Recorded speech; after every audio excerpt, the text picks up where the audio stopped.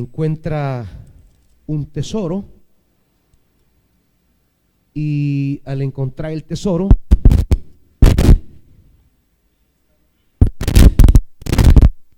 ¿y qué es lo que han hecho?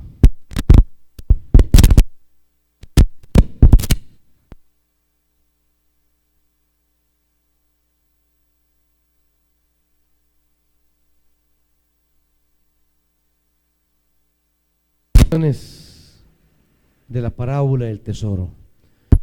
Hoy veamos el capítulo 13, versículo 45. Es una parábola hermana, tiene algunas variantes y por eso la vamos a ver aparte. También se parece el reino de los cielos a un comerciante que andaba buscando perlas finas.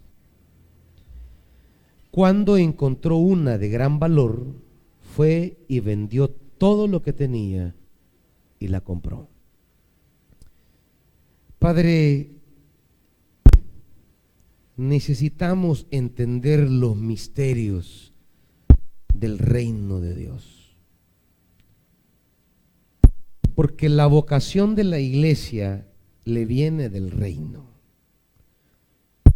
Si no entendemos el reino, estaremos perdidos en la manera como hagamos nuestra misión. Mas si entendemos el reino, estaremos en el centro de tu corazón. Continuamos esta noche nuestro peregrinaje por profundizar, por discernir, por comprender y por asimilar las parábolas. Porque en las parábolas nuestro Señor Jesús colocó los misterios que debemos entender. Esas verdades divinas que hoy nos son reveladas. Te lo pedimos, Padre, en el nombre de Jesús. Amén.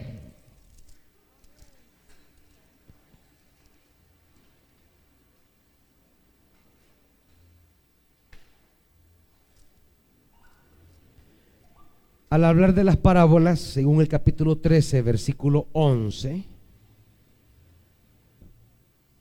¿qué se nos está revelando en las parábolas?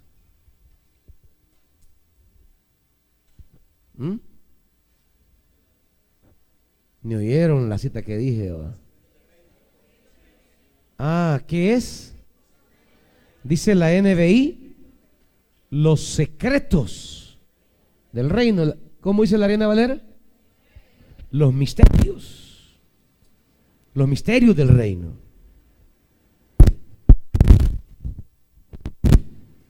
A eso vino el Señor,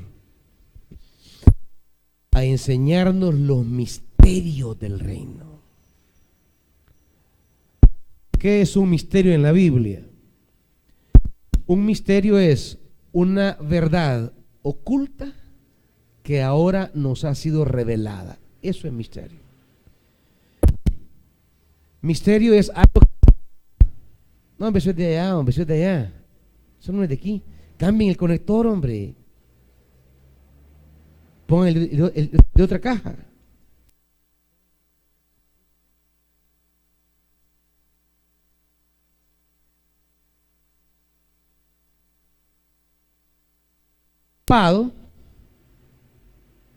Tapado y que ahora ha sido destapado. Eso es el misterio. Estaba oculto, ahora está visible. Claro, a ese acto de destapar es lo que la Biblia llama apocalipsis, revelación. Es lo que la Biblia le denomina, es lo que la Biblia entiende por revelar. Revelar es eso, es destapar, poner frente a nosotros de forma clara y manifiesta algo que no nos era por capacidad nuestra captado o percibido. Entonces eso es revelar. Revelar es cuando yo quito el velo, levanto lo que estaba tapando eso y ahora lo doy a conocer. ¿Y qué es lo que da a conocer el Señor? ¿Qué es lo que revela el Señor? El Señor lo que revela es los misterios. ¿Saben qué es esto? Que ustedes nunca prueban el sonido. Vienen a última hora y vienen a probar con gran bulla el sonido, como que es concierto aquí. El día martes el sonido que importa es este, el de la predicación. Si el día martes solo con guitarra puede cantar Jeremías, pero no, y se ponen a probar la batería, el teclado, el bajo, como que fuera un concierto que van a dar. Gloria a Dios. Súbeme un poquito de monitor nada más, pero poquito. 1, 2, 3, ahí. Muy bien. ¿Qué es lo que Jesús viene a revelar? Los secretos del reino. ¿Me oyen todos? Los misterios del reino. Y en esos misterios está la vida. En esos misterios está la salvación. En esos misterios está lo que Dios quiere, lo que Dios propone, lo que Dios anhela, lo que Dios busca. En esos misterios. Y lastimosamente esos misterios son los que la iglesia hoy día no entiende. Pregúntele usted a cualquier evangélico, a cualquiera, pregúntele. Mira, ¿y cuáles son los misterios del reino? ¿Qué? No sé. ¿De qué estás hablando? No saben. Pregúntele sobre la doctrina de la tribulación. Hasta inventos tienen de eso. Pregúntele sobre el arrebatamiento. Y hasta películas han creado de algo que ni siquiera está en la Biblia, pues. Pregúntele sobre la Trinidad y le dan una gran explicación. Pregúntele sobre doctrinas creadas a lo largo de 20 siglos y algunos conocen algunas doctrinas. Pero Jesús no vino a enseñarnos doctrinas. Jesús no vino a hablarnos de la Trinidad. Él no vino a hablarnos de eso. Él no vino a hablarnos de la divinidad de Él siquiera. Él no vino a hablarnos ni de la tribulación, ni de un arrebatamiento. No, nada de eso vino a hablarnos. La iglesia necesita un giro copérnico. Como cuando Copérnico dijo: no, señores, no es el sol quien da vuelta alrededor de la tierra. Es la tierra la que da vuelta alrededor del sol. Eso se le llama un giro copérnico, porque eso vino a cambiar y a replantear el mundo conocido. Eso vino a darle una nueva perspectiva a la realidad humana. Necesitamos un giro copérnico en la iglesia, porque la iglesia gira alrededor de la doctrina, de los dogmas, y no alrededor de los misterios del reino. ¿Me van entendiendo? La iglesia gira alrededor de sus credos y la gente se memoriza el credo. Creo en Dios Padre, creador del cielo y la tierra. Creo en Jesucristo su Hijo, que murió por nosotros en la cruz del Calvario. Creo en el Espíritu Santo, creo en la iglesia, creo. No, pero ¿y los misterios del reino? ¿Dónde quedan los misterios? Por eso la iglesia no tiene referentes éticos hoy día, porque las doctrinas lastimosamente son conceptuales y no éticas. Entonces se pierden los referentes éticos de relaciones, de decisiones, de pensamientos. Y es ahí donde la iglesia, al perder el meollo del mensaje, pierde el meollo del testimonio y pierde el meollo de la misión. Por eso la iglesia evangélica ha llegado a ser irrelevante al mundo. De cara al mundo, la iglesia no logra incidir de manera efectiva, de manera drástica. Logra sacar a algunas personas para incorporarse a una religión, pero el mundo sigue igual. La injusticia cabalga, la maldad camina, los pobres son cada vez más pobres y oprimidos. Vivimos un mundo que cada vez está concentrando toda la riqueza en poquísimas manos y las grandes mayorías sujetas a la sobrevivencia, a la explotación. Y digan que con todo y todo nosotros en este país, a pesar que hay altos niveles de muerte, de opresión, de injusticia, miren, hay naciones en África que están pero realmente en la pura muerte.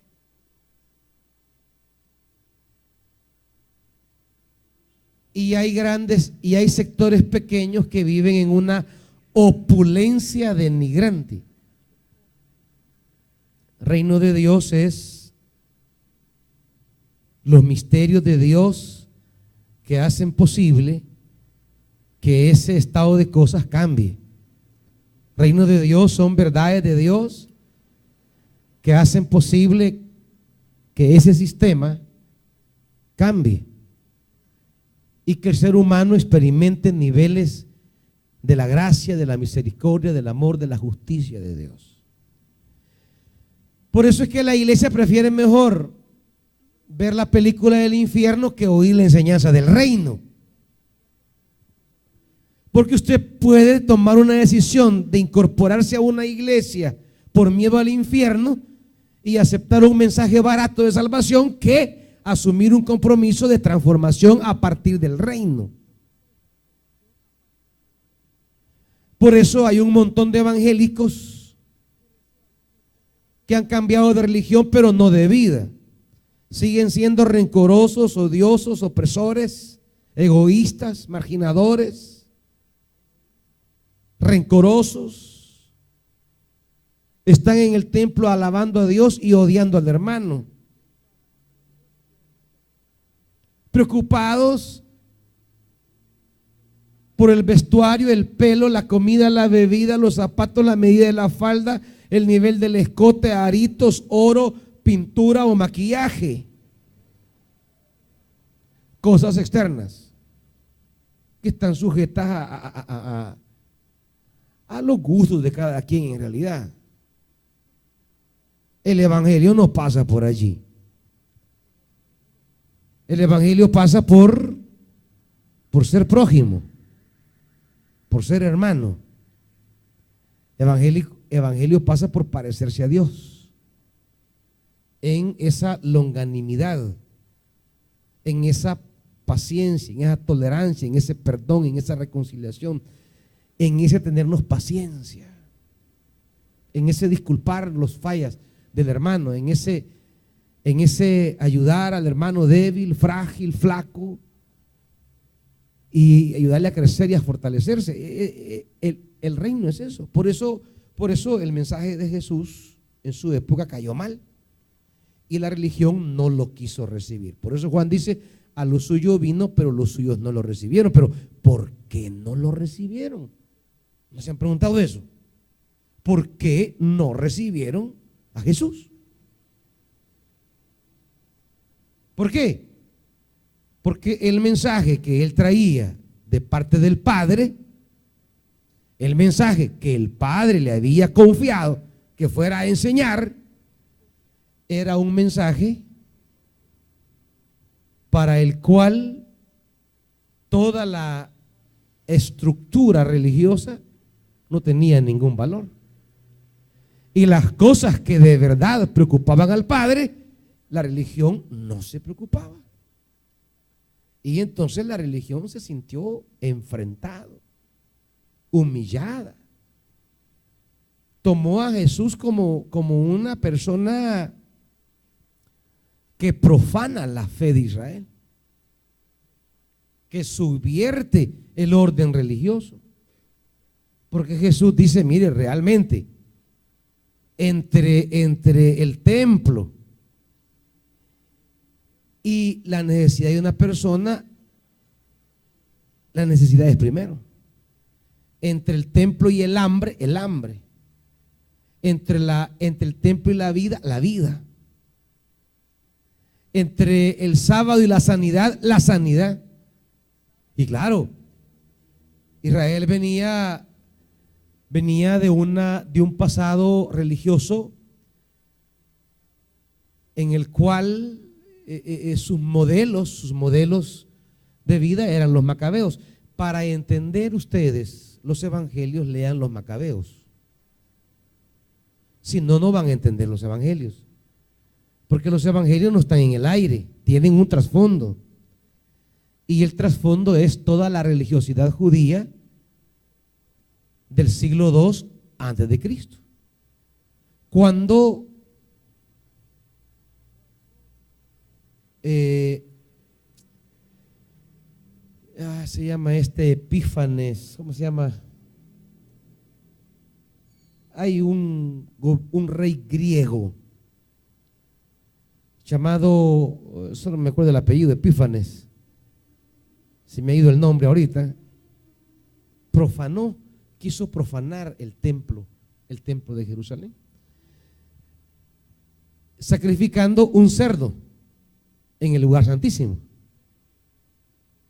y violando todas las normas de las dietas que los judíos guardaban. Entonces, Antíoco Epífanes se llama, Antíoco Epífanes. Entonces, Judas Macabeo, su hermano Simeón Macabeo, se levantaron para defender la sacralidad de los judíos. Formaron su equipo revolucionario, derrotaron a ese rey, se establecieron como una dinastía macabea y ellos reafirmaron esa identidad religiosa, eso de ser riguroso en la identidad religiosa judía. Y para el tiempo de Jesús esa era su herencia.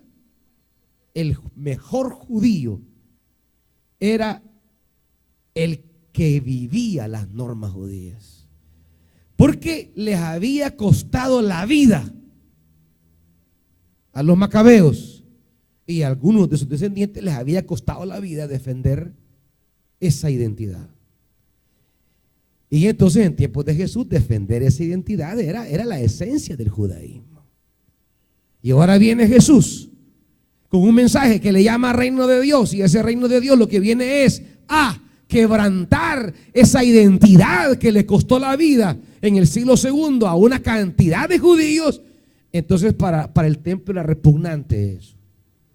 Para el templo era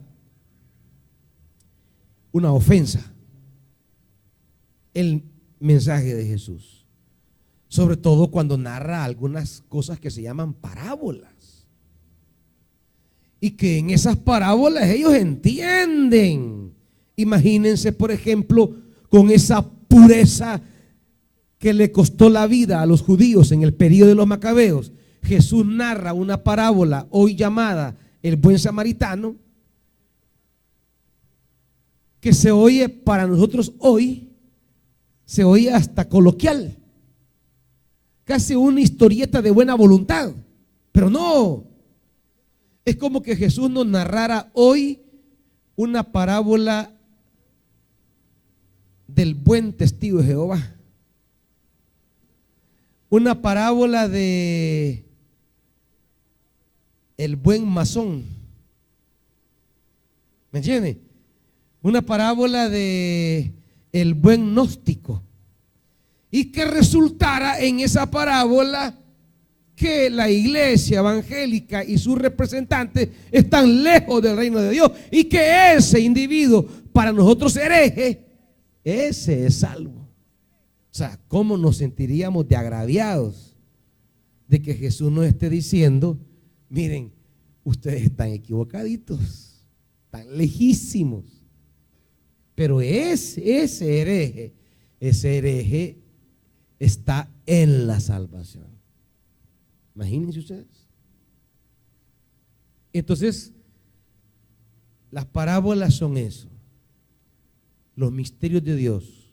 Significa entonces que en las parábolas Dios quiso poner los secretos que le dan a este mundo nueva luz, nueva dirección, nueva vida. La iglesia ha cometido la locura de abandonar las parábolas y de adoptar los dogmas como criterio de verdad. Por eso la iglesia hoy es una iglesia abstracta y que no se encarna en el mundo, a asumir el dolor del mundo. Muchas cosas las iglesias las mirara diferentes si no las mirara desde los grandes templos. Muchas cosas las mirara diferente la iglesia si no las mirara desde esos grandes personajes de éxito. ¿Qué le diría la iglesia al mundo si se sienta a la par de una niña abusada? ¿Cómo miraría el mundo? ¿Qué le diría al mundo? ¿Qué le diría la iglesia si se sienta a la par de niños que no tienen que comer? ¿Qué le diría la iglesia al mundo?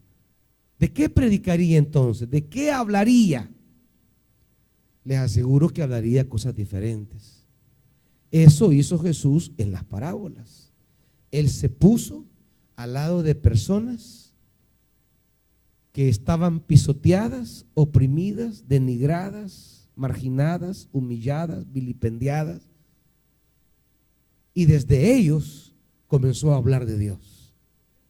Por eso siempre en las parábolas está los dos sectores, el marginado y el marginador.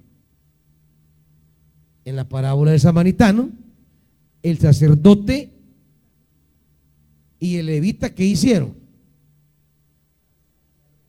Se apartaron, se fueron de largo, marginaron al necesitado. Y el marginado, el samaritano es el marginado, le llamaban perro, cerdos. Los judíos lo miraban con una cosa detestable. Y Jesús dice, este marginado está cerca de Dios y no el marginador. ¿Me entienden esto de las parábolas? Si la iglesia hablara el evangelio desde las parábolas, no andaría hablando del infierno ni del arrebatamiento, porque ese no es el evangelio. El evangelio, por eso se le llama en la Biblia el evangelio del reino de Dios, no el evangelio del arrebatamiento, no el evangelio de la tribulación, no el evangelio del infierno, no, el evangelio del reino de Dios. El evangelio tiene apellido, del reino de Dios. Nosotros hemos sacado el evangelio de esa zona que se llama reino de Dios y lo hemos metido en otro ámbito y hemos predicado como evangelio algo que no es evangelio. Por eso necesitamos volver al evangelio. O sea, volver ¿a dónde? Al reino, que es volver ¿a dónde? ¿Ah? ¿A qué? A las parábolas. Es volver entonces a las parábolas. No estamos estudiando las parábolas como historietas de los abuelitos, no. Estamos estudiando las parábolas como los relatos donde Jesús nos dejó los secretos del reino que debemos entender para ser iglesia desde el reino. ¿Me comprenden? Ojalá me comprendan, si no, al infierno me van a ir. Apáguenme toda la luz, por favor.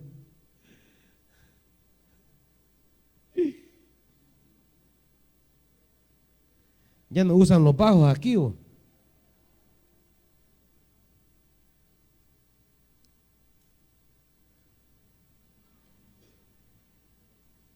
Hay quienes buscan el reino de Dios y lo encuentran sin quedar frustrados.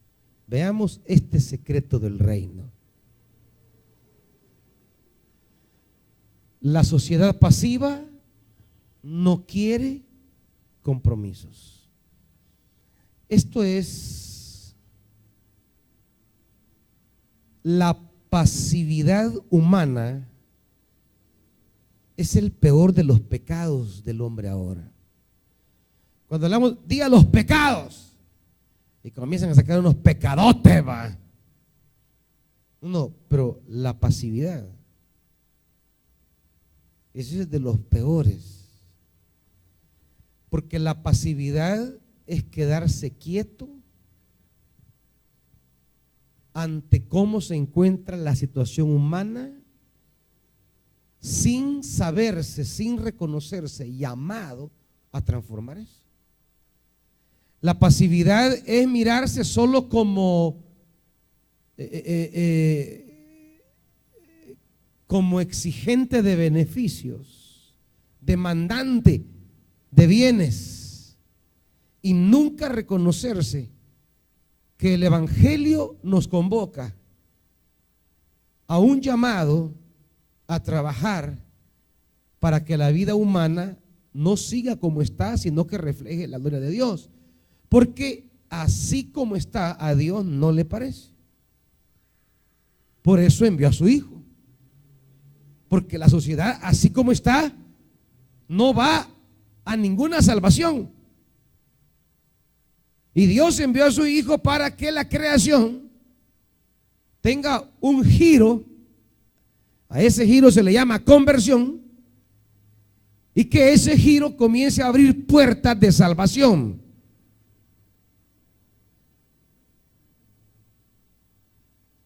Cuando Zaqueo come y oye a Jesús, él da un giro en términos concretos, un giro visible, un giro palpable. No sería el mismo Zaqueo que robaba y engañaba. Hoy no solo no va a robar ni va a engañar, sino que ahora va a ser generoso. Cuando él toma esa decisión y la declara, Jesús dice: en verdad la salvación ha venido a esta casa. La salvación llega con signos visibles de que no somos los mismos aprovechados de la gente, opresores de la gente, sino que el reino nos ha convertido en personas que estamos para servir. ¿Me entienden? Y el problema de la sociedad es esto. Miren cómo, si ahí está una cueva de ladrones llamada Asamblea Legislativa, ladrones y corruptos, y aquí nadie hace nada. Todos lo saben. Todos lo saben. Pero nadie asume el precio de trabajar por cambiar eso. Es más, si alguno de ustedes decide por vocación del Evangelio acciones políticas para cambiar esa corrupción y lo vea uno de ustedes en graves problemas, porque eso trae problemas, los demás lo dejan solo. Más si comienzan a difamarlo, comienzan a investigarlo, a crearle delitos inexistentes y lo llevan a la cárcel. El asunto es que cambiar las cosas como están implica pagar un precio y nadie quiere pagar ese precio. Ese es el problema. Ese es el problema nuestro. Nadie quiere pagar el precio de cambiar las cosas. Y cuando usted ve que a un fulano, por estar denunciando algunas injusticias, lo llevan preso, usted dice: le voy a llevar comida. ¿Qué? ¿Lo iré a visitar? ¿Qué? Usted dice: está bueno por andarse metiendo en lo que no debe. Entonces nadie se anima a cambiar las cosas y por eso caemos en la pasividad. No hay solidaridad con aquel que lucha por cambiar las cosas. No hay compañerismo, sino que hay hasta casi un desprecio y nadie se quiere meter con esa persona. Eso ha afectado también a la iglesia porque la iglesia está muy pasiva. La iglesia evangélica es muy pasiva frente a las injusticias humanas. Lo ha sido desde siempre. Ustedes han oído de la famosa matanza del Mozote. Alrededor de 1000 personas. Pero ¿sabe usted que ese caserío era en un 90% evangélico? Asamblea de Dios. O sea que ahí de esas 1000 personas por lo menos mataron mínimo 800 de los hermanos nuestros de diferentes congregaciones. 800 hermanos en la fe. Y sabe una cosa, hasta el día de hoy jamás ha dicho la iglesia evangélica o las asambleas de Dios algo sobre esa matanza. Nadie. Es más, como que hablar de eso, la gente dice, es que ya no está predicando el evangelio, ya está hablando de política. Y yo vengo a la iglesia para para oír del evangelio, no de política. Por eso estamos mal. Porque la iglesia no entiende que el evangelio tiene que entrar con el reino de Dios a la política para purificarla, porque está corrompida. Claro, no con los políticos, que es lo que ha hecho la iglesia evangélica. Lo que ha hecho los pastores evangélicos es endamarse con políticos. Eso es lo que han hecho, endamarse con políticos. Pero no ha cambiado la política. Sigue siendo una política de corrupción. La pasividad. Eso es un pecado grandísimo. Sigamos leyendo aquí. Jesús se encuentra con una sociedad que ha puesto en la ley su confianza y que se mide a sí misma a partir del cumplimiento de la ley. Ya hemos hablado de esto bastante en la parábola anterior. La ley ha llenado de tal manera todos los espacios que logra calmar los naturales deseos de cambio del pueblo, quien acepta que las cosas sigan como están sin pretender cambio alguno. Este es el problema del pueblo. ¿Siga? El legalismo, que no tiene otro horizonte que la ley, cree que no hay necesidad de cambio, pues la ley lo tiene ya todo previsto. Miren, el templo en tiempos de Jesús era un negocio redondo, ya se los he explicado, solo se lo voy a recordar. El negocio, en tiempos de Jesús, el templo era un negocio redondo. Porque los sacerdotes y levitas administraban el templo. Los judíos subían a lo menos 3 veces al año a Jerusalén, ya sea los de Palestina o ya sea los judíos de la diáspora, que venían de todos los rincones del mundo. En Hechos 2 hay un listado de todos los judíos que estaban en Jerusalén para Pentecostés, y ahí hay el listado de dónde venían todos esos para la fiesta. Y el templo había establecido algunas normas. Para comenzar, no aceptaban animales para el sacrificio traídos de otros lugares, porque eran lugares profanos. Que dijera uno, yo vengo de Chipre y aquí traigo mi ovejita. No. Esa oveja es pagana. Es oveja gentil. Aquí tenemos las ovejas consagradas, las ovejas judías, nacidas aquí, criadas aquí, ungidas aquí. Y solo aceptamos las ovejas que el templo vende. Así que nadie traía animales para el sacrificio. Primero. Segundo, no aceptamos dinero en el templo, ofrendas, diezmos, primicias, que no sea dinero sagrado del templo, no el dinero chuco pagano que traen ustedes, que traen las monedas de tal ciudad. No, ese dinero aquí no lo queremos. Y entonces habían habilitado casas de cambio, que la Biblia dice los cambistas, ¿se acuerdan? Eran casas de cambio, donde el templo le entregaba a los cambistas dinero sagrado con el que podían comprar los animales sagrados. ¿Me van siguiendo?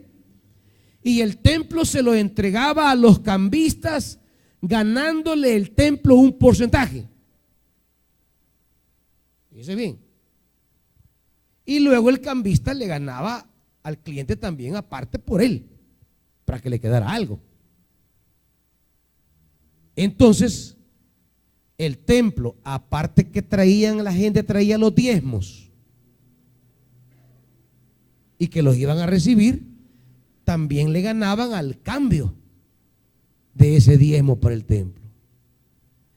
Ellos habían monopolizado todo el sistema ritual con este tipo de leyes. ¿Qué hizo Jesús? Es que ese fue el punto. Él dijo que eso no era la voluntad de su Padre, que eso no era el reino de Dios. Y claro, le tocó los intereses al poder y se fueron en contra de él.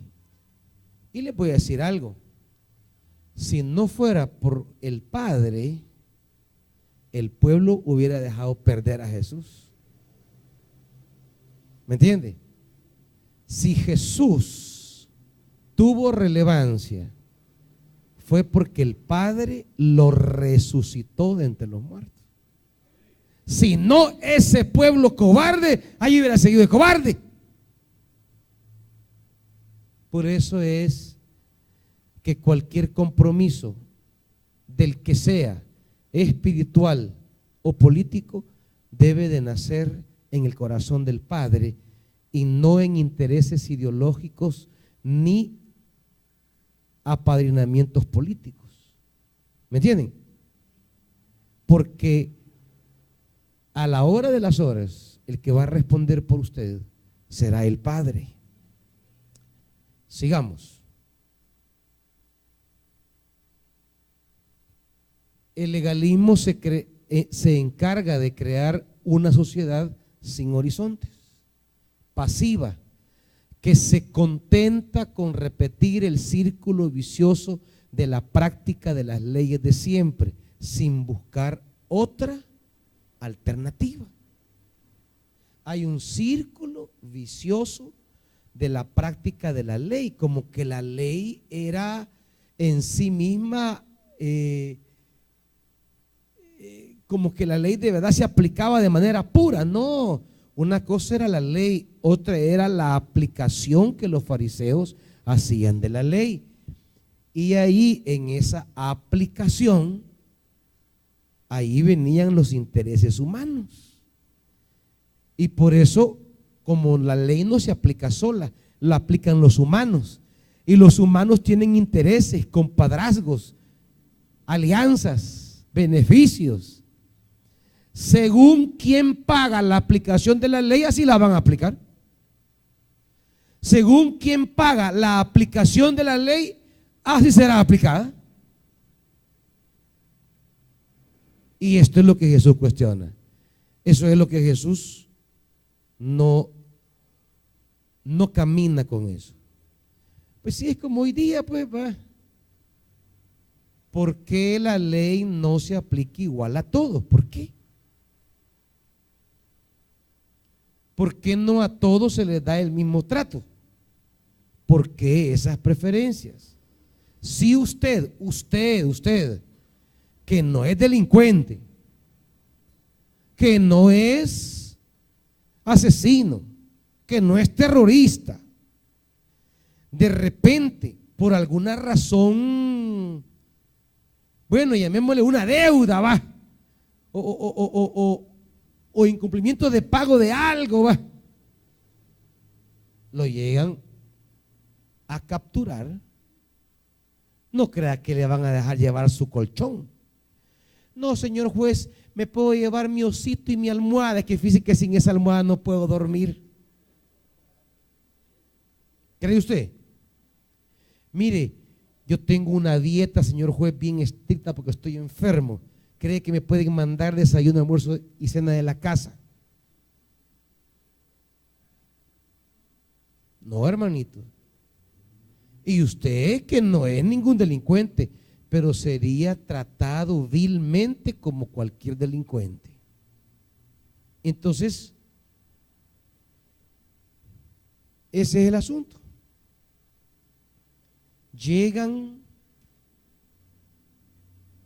La realidad política y religiosa llega a dominar nuestras conciencias, creando una pasividad que no busca otras alternativas. No es que no hay alternativas, es que hay que buscarlas. Las alternativas no es que van a caer pum, pum, como que fueran mangos. Hay que construirlas, hay que buscarlas. Y este fue el trabajo pedagógico de Jesús. Inspirado en su Padre, Jesús les habló de las alternativas del Padre para la vida de los hombres. ¿Me entienden? Porque no es que el Padre le dijo, mira, te quiero enviar quiero una nueva religión, fíjate, quiero formar una nueva religión, para eso te voy a mandar. Vas a ir a establecer una nueva religión. No. Él vino a hablar de las cosas que habían en el corazón del Padre, que hacen posible que la humanidad cambie y refleje la gloria de Dios. Y a eso se le llama el reino de Dios, la presencia de Dios. Dios se hace presente en esas transformaciones donde el ser humano recibe dignidad desde Dios. ¿Sigamos? Pero hay algo peor. El legalismo termina convirtiendo a la sociedad en personas duras, exigentes, fundamentalistas, sin posibilidades de sorpresas, metidas en el mundo cerrado de la ley. Mire usted esos hermanos que se llaman, porque no es que son, se llaman ceñiditos, que son ceñidos, dicen. Hasta amargos son. Hasta en la cara toda. No hay alegría, no hay fiesta. Y son duros para aplicar la ley, la otra, duros. Es más, se sienten grandes e importantes aplicando la vara dura contra el hermano. Y no es que sean de verdad, que ya están en el tercer cielo, no. El imperio de la religiosidad, el imperio del legalismo es el que se ha impuesto. Y entonces se vuelven severos, tercos, fundamentalistas. Desvían los objetivos primarios para irse por otros lados secundarios. Dale.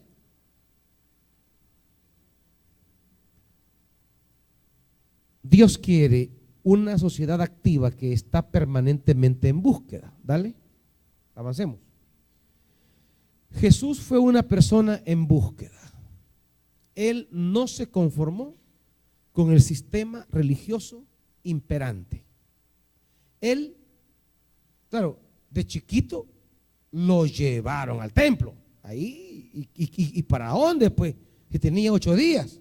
Vaya, mijito, le vamos a hacer aquí el corte del volado y vaya, ya. ¿Y para dónde? Ni 8 días tenía. Pero cuando ya fue mayor, él no fue a encontrar su vocación en el templo. Él fue al Jordán, donde había un individuo hablando de una forma alternativa. No tenía el discurso del templo. Sí hablaba del perdón de pecados, pero no como hablaba el templo. Él decía que en el bautismo de perdón de pecados se daba la limpieza. Eso era un mensaje revolucionario, porque le estaba quitando al templo el monopolio del perdón de pecados y estaba en el bautismo estableciendo perdón de pecados. Y Jesús no fue al templo, fue al Jordán. Este es otro giro copérnico que debe dar la iglesia: salir de los templos e ir a la calle, a las colonias, al mundo. De hecho, solo debe reunirse en el templo para equiparse, para celebrar su fe en Dios, pero la misión está en el mundo. La misión está en la calle. Él viaja al Jordán.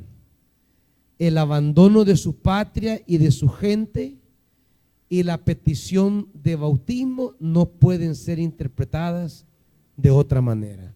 Jesús fue una persona en búsqueda. No se quedó repitiendo la religiosidad imperante del templo y de la sinagoga. Se fue por allí a una práctica medio rara. Se fue por allí a una experiencia religiosa distinta, rara. Había un hombre por ahí que no tenía los vestidos majestuosos y suntuosos del templo. No, andaba con pelo de camello. Y claro, cualquiera diría: no, hombre, ¿cómo va a ser siervo de Dios en pelo de camello? Más que lleves el pelo de camello. Y aquello va con toda su túnica, el efod, el cucurucho y toda la cosa, imponente, atrayente, seductora, esa imponencia religiosa.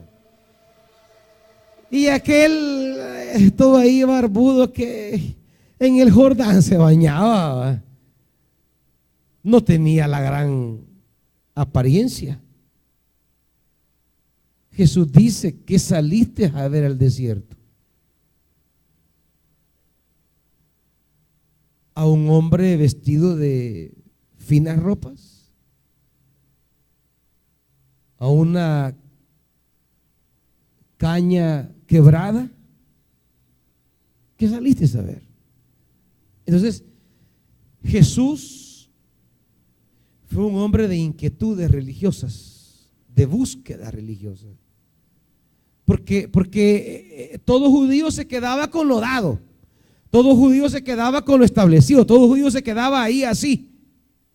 El templo, la sinagoga, lo que diga la ley, lo que digan los fariseos, lo que digan los sacerdotes, lo que diga el Sanedrín. Se podría llamar que eran buenos judíos, pero él no. Él se fue a una experiencia de fe distinta. Cuestionable por la jerarquía, sí. Es que nunca la religión establecida va a dejar en paz los movimientos religiosos que emergen como alternativas. Los va a cuestionar, se va a burlar. Esto de subir al renuevo, 3 días. ¿Cuánta gente no habla un montón de tonteras sin saber? ¿Cuántos pastores maldicen y condenan que subamos 3 días a oír la palabra y a ser iluminados por el Espíritu Santo.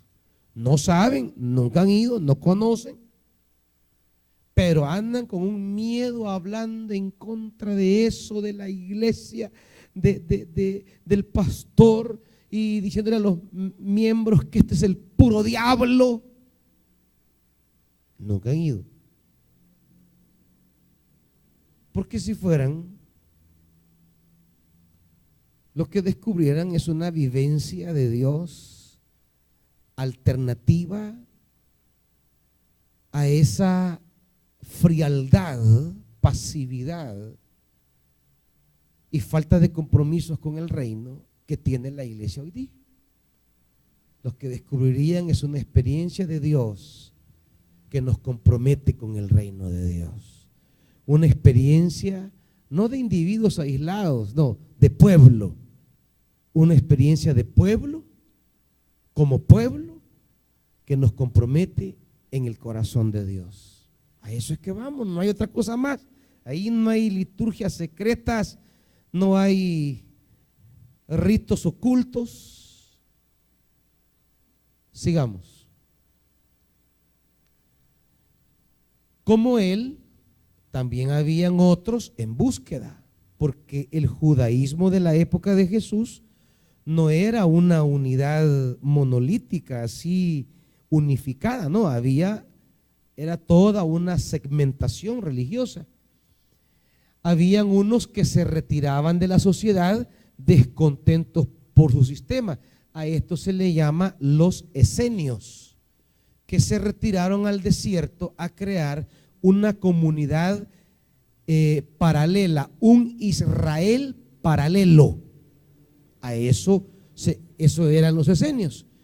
Ellos decían, el templo ha sido contaminado, el Sanedrín son unos impíos, y entonces en lugar de insertarse al corazón de Israel para cambiar eso, lo que hicieron es alejarse e irse a vivir aparte, crear sus propias normas, sus propias reglas de convivencia, sus propias casas, crear una comunidad que se conoce así como la comunidad de Qumran. Ahí se llama el lugar donde ellos se establecieron, Qumran, y se denominaban los esenios.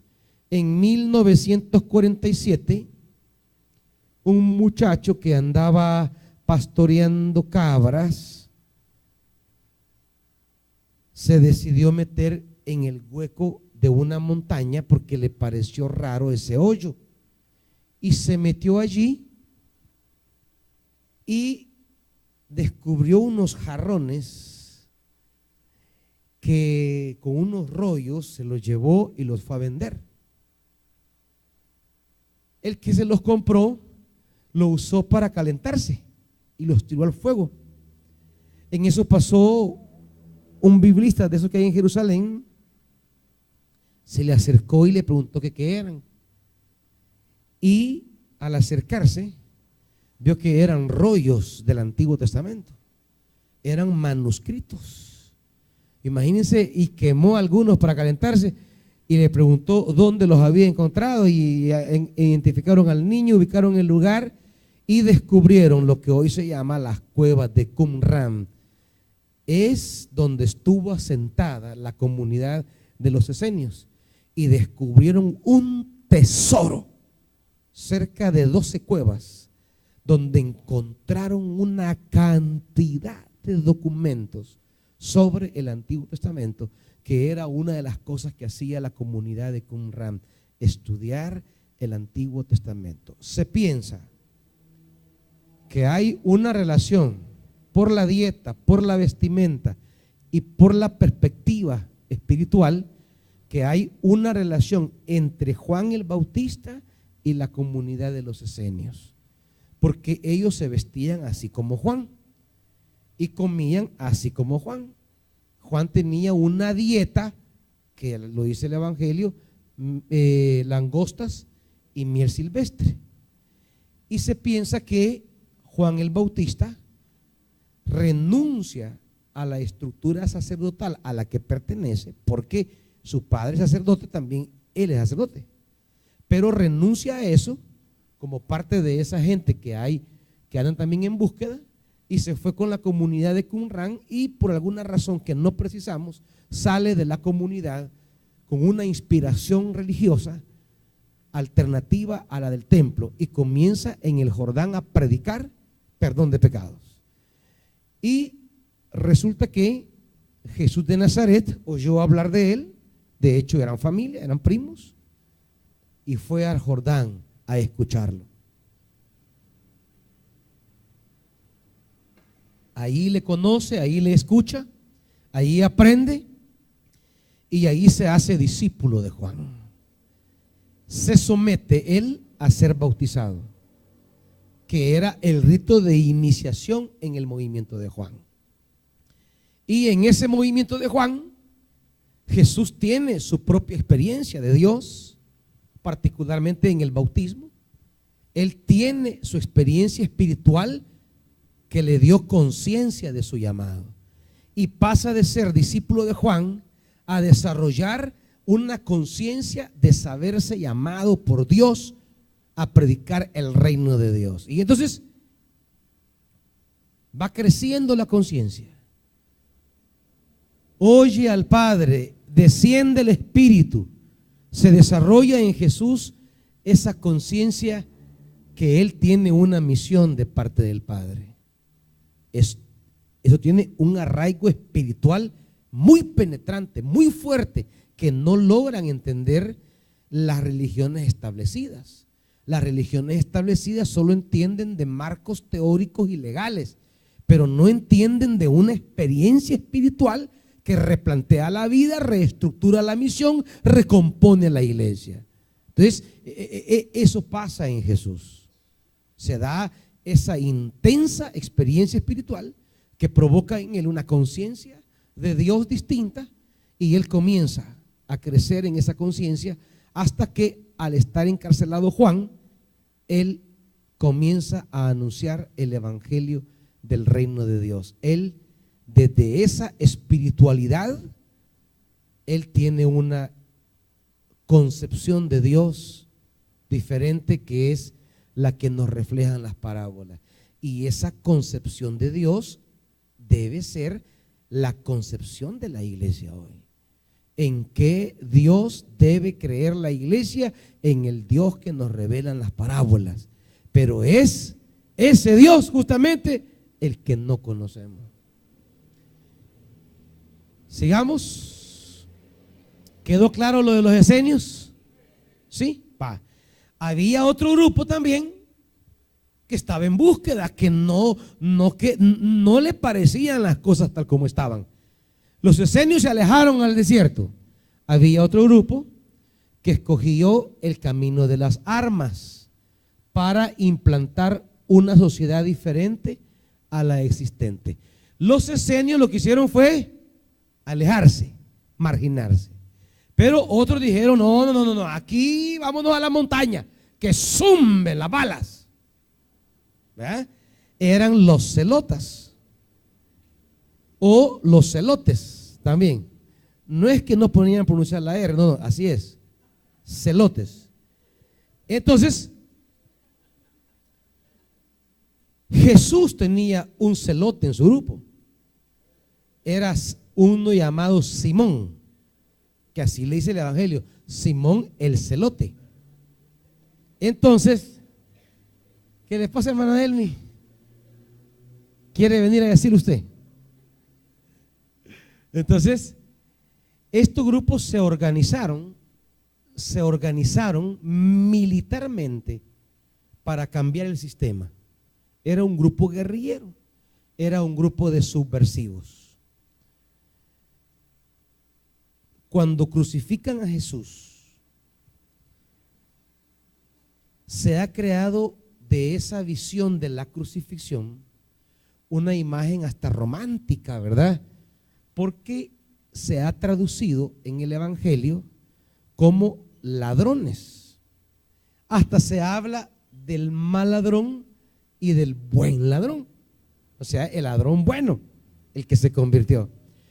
Esos no eran ladrones.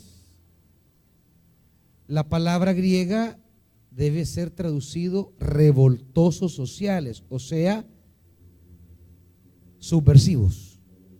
Jesús no fue crucificado entre dos ladrones. Él fue crucificado entre dos subversivos. Realmente ahí habían tres subversivos. Solo que el de en medio quería subvertir el orden para que se pareciera al reino de Dios. Y los otros dos eran subversivos, pero de los celotas, ¿verdad? Que habían, por eso dice el Evangelio, habían allí unos que habían sido capturados en una revuelta. No eran ladrones de cartera, pues no eran robacelulares, pues. No, eran revoltosos, sediciosos.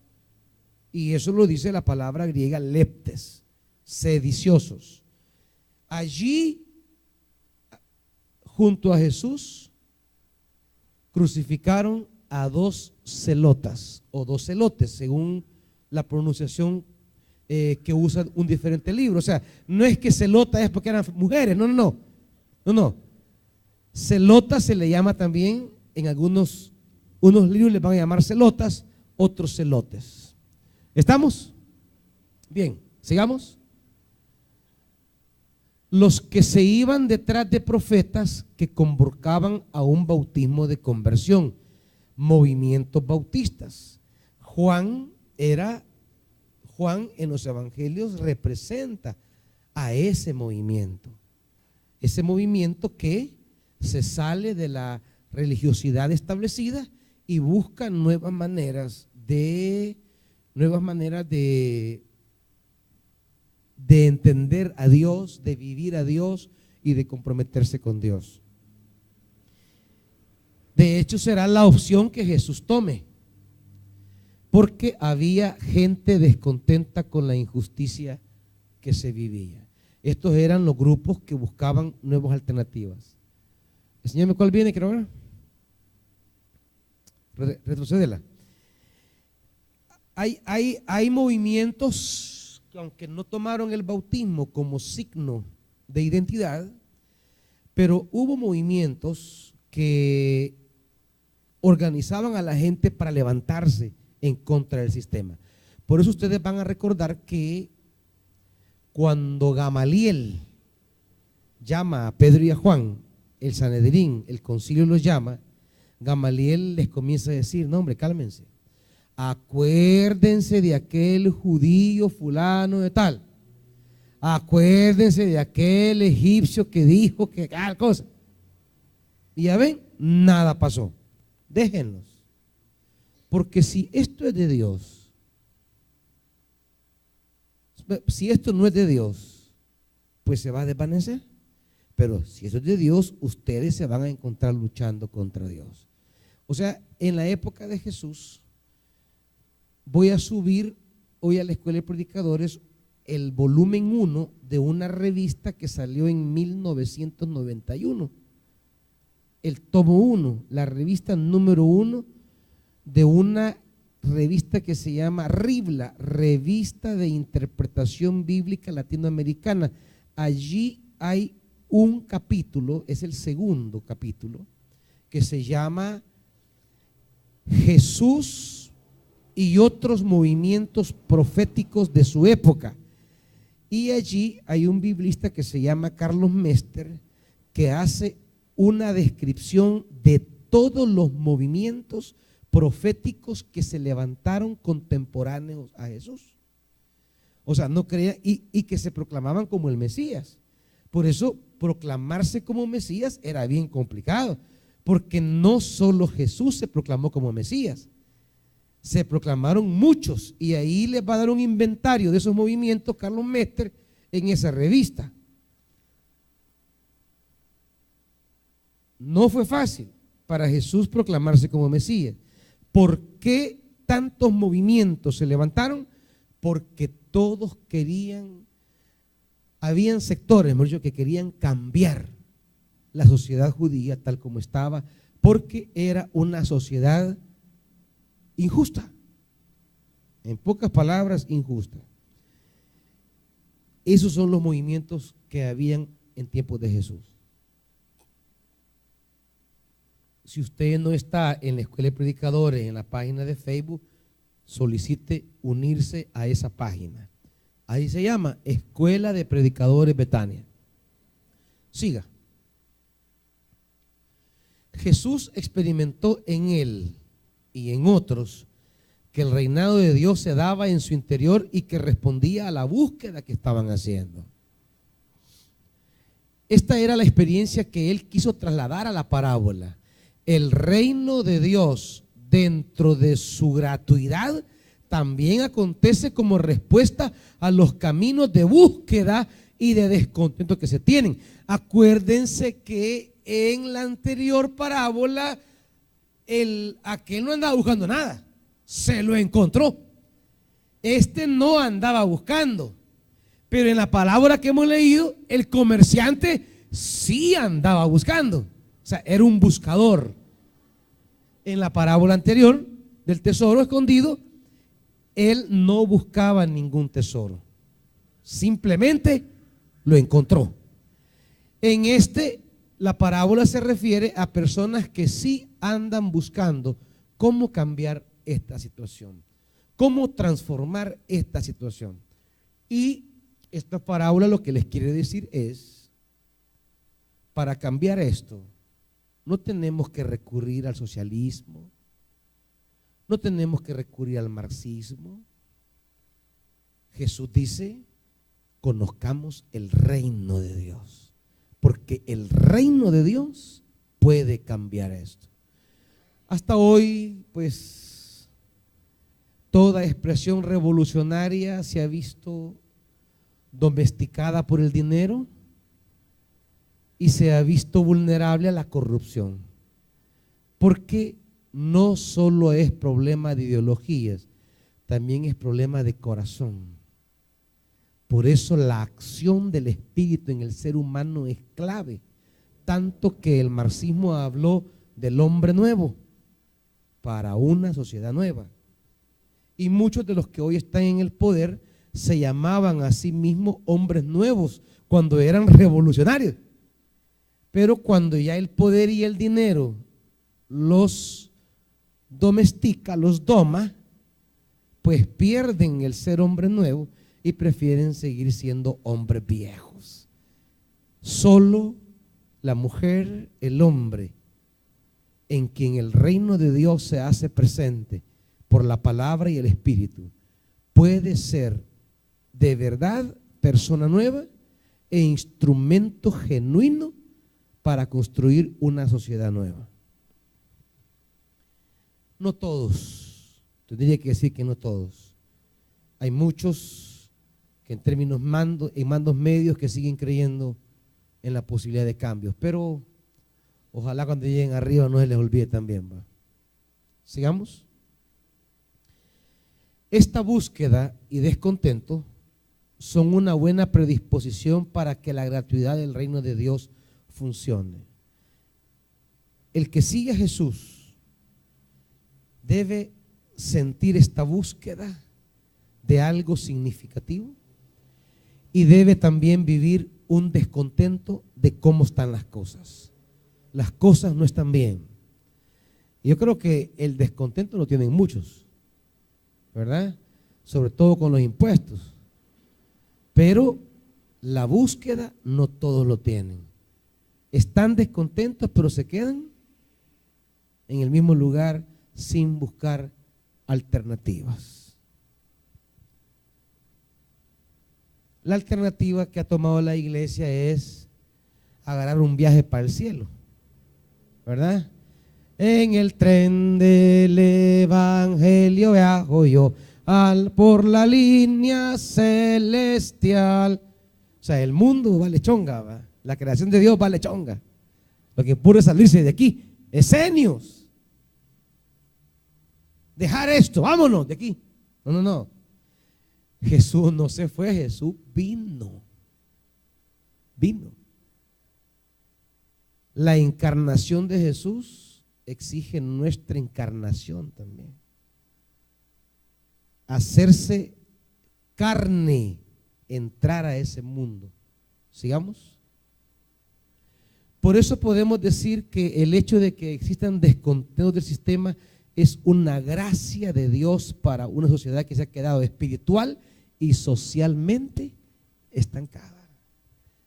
Una sociedad espiritual, socialmente estancada. Y ahí es donde la iglesia tiene una oportunidad. Porque desde su espiritualidad la iglesia puede ser instrumento de cambio de las cosas tal como están. Pero hay que trabajar, hay que meterse. Ojalá Dios nos regale de entre ustedes personas que sean conducidas por los caminos del reino y se metan a la política. Es que no es problema. Pero no para seguir la politiquería corrupta, sino para decir no a muchas cosas que dañan al pueblo y para apoyar cosas que beneficien a la gente. Ojalá Dios nos regale líderes un día aquí, pero que no se vayan a dejar dormir por el Dios mamón. Siga. Voy a llegar hasta aquí. Vamos a ver esa en la siguiente. Vamos a llegar hasta aquí por el tiempo. Pónganse de pie, hermanitos.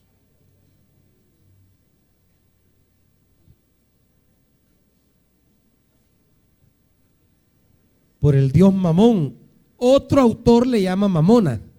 O sea, habrá libros que digan, no, de verdad, en serio, no es broma. Habrá libros que diga el Dios mamón, así como los de celotes, habrá otro libro que diga el Dios mamona. Es la palabra hebrea que significa dinero. Dinero. El dinero es un Dios y ha doblegado a muchos ante él. Un evangélico fiel a Jesús no debería ser seguidor de ese Dios. Padre, somos una iglesia pequeña, pero con un mensaje poderoso. Espíritu Santo, estos predicadores van por el mundo anunciando el evangelio del reino de Dios, tal como las parábolas lo presentan. Ese es el evangelio que tú respaldas con señales, prodigios y milagros. Espíritu Santo, en el nombre de Jesús, respalda a estos mensajeros. Donde quiera se paren para predicar con la autoridad de tu Espíritu, respáldalos. Que pongan manos en los enfermos y sean sanados. Que declaren libertad a los oprimidos. Que amarren al hombre fuerte y saqueen su casa. Que deshagan las obras del enemigo.